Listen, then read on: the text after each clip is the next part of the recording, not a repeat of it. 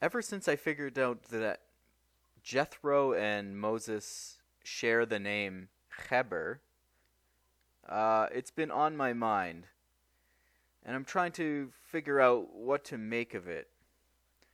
So Heber means to join or befriend or friend or assist or a companion, a close friend, an associate, which is appropriate because we know that Jethro and Moses were close friends.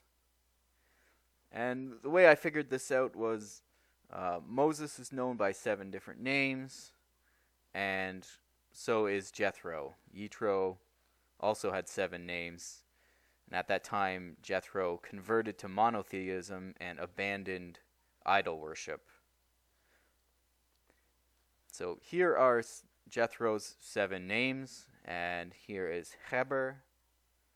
Now you can actually find Moses's or the other 6 names of Moses in 1 Chronicles 4. And the way I found this was I noticed that 2 of Jethro's names are here. Here's Yitro and Heber. And then there was a source that says all of these names here are referring to Moses, which I found interesting. And there is a hint of this if you take, so we see here Heber, father of Soko, and there is a hint that that this is Moses. If you take father of Soko and punch it in, here it is, father of Soko, it has the same value in gematria as the name Moses, which you see in red here. Then there's the source, and it's talking about the Judahite wife and why she's Yehudia, and why she's called a Judahite. And this is Bitya. She went down to wash and purify herself from the idols of her father's house. So this is the woman who raised Moses. The Gemara understands that all the names referred to in this verse as the children of Pharaoh's daughter refer to Moses. And then the Gemara asks, Pharaoh's daughter bore Moses, but didn't she merely raise him? Rather, it is telling you that with regard to anyone who raises an orphan boy or girl in his house, the verse ascribes him credit as if he gave birth to him. And then it goes on to explain why these names, or how all the names are in fact referring to Moses.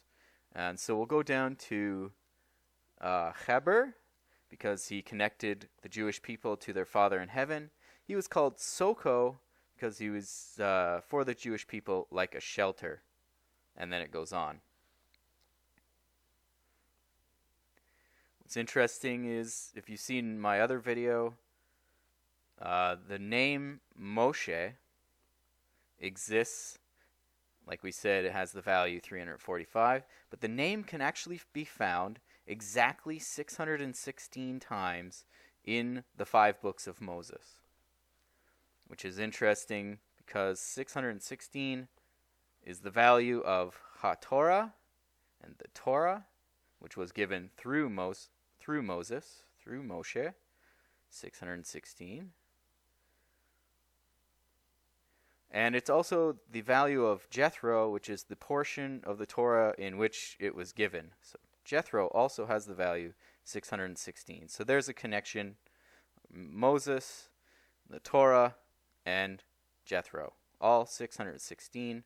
Moses, again, the name 616 times in the Torah. But then, here's one I haven't shown before. Gerim. So we know that Jethro, in some circles, was considered the first ger, the first convert to Judaism. We know at least that he converted to monotheism, which would be 7 laws monotheism.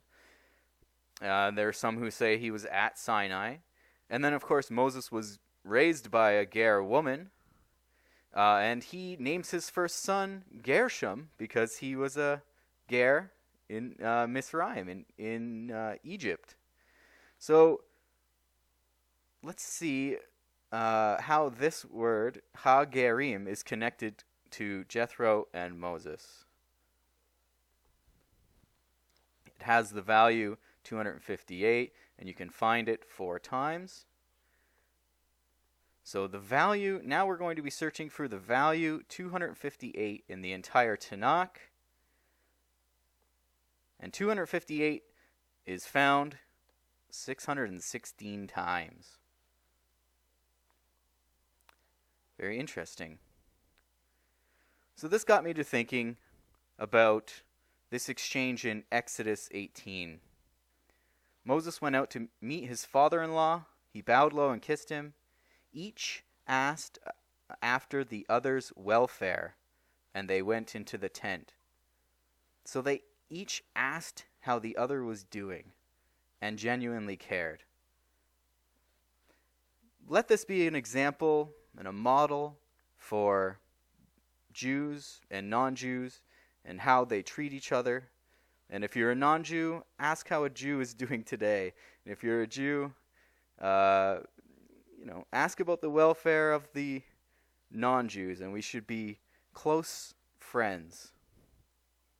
Thank you.